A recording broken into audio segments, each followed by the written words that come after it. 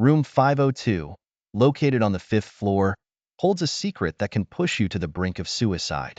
The room almost killed me and left me in a tunnel leading to an unknown road, described Colin Dickie, an American writer specializing in the paranormal. His curiosity drove him to visit Waverly Hills Sanatorium, which is known to be one of the deadliest places in the world. Waverly Hills was built in 1910 in rural Waverly Hills, Kentucky. Due to the dire circumstances of the time, it opened the same year it was constructed.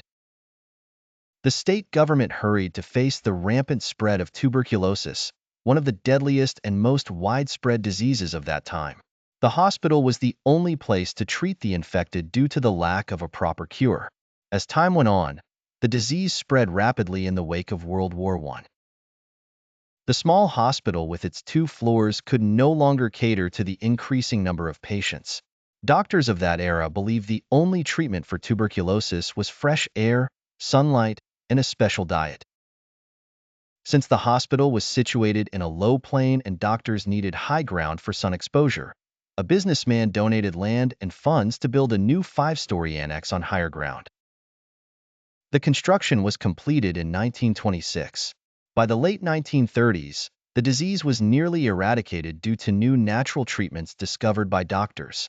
The recovery rate increased significantly, and by 1943, tuberculosis had become a manageable disease. However, by the time the hospital closed in 1960, the death toll was devastating.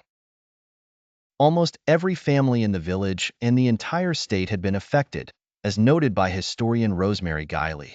Reviewing secret hospital files, she revealed that the sanatorium became a deathbed for hundreds, even thousands, most of them children, before they were taken to their final resting place, known as the death tunnel.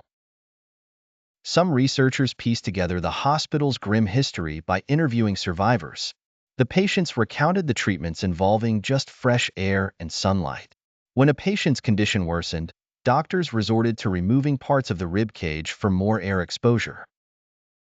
Another method used was inflating a balloon in the chest near the trachea, which often led to fatal outcomes like rupturing the trachea or chest. One patient shared with the press that the sanatorium was filled with the moans of suffering patients. Those who couldn't be cured were isolated to die before being carried to the death tunnel, a hidden path for disposing of bodies away from the other patients and officials. The bodies were stacked like sardine cans, with parts of the deceased left scattered. This morbid history has attracted numerous paranormal researchers and enthusiasts to investigate and document the site.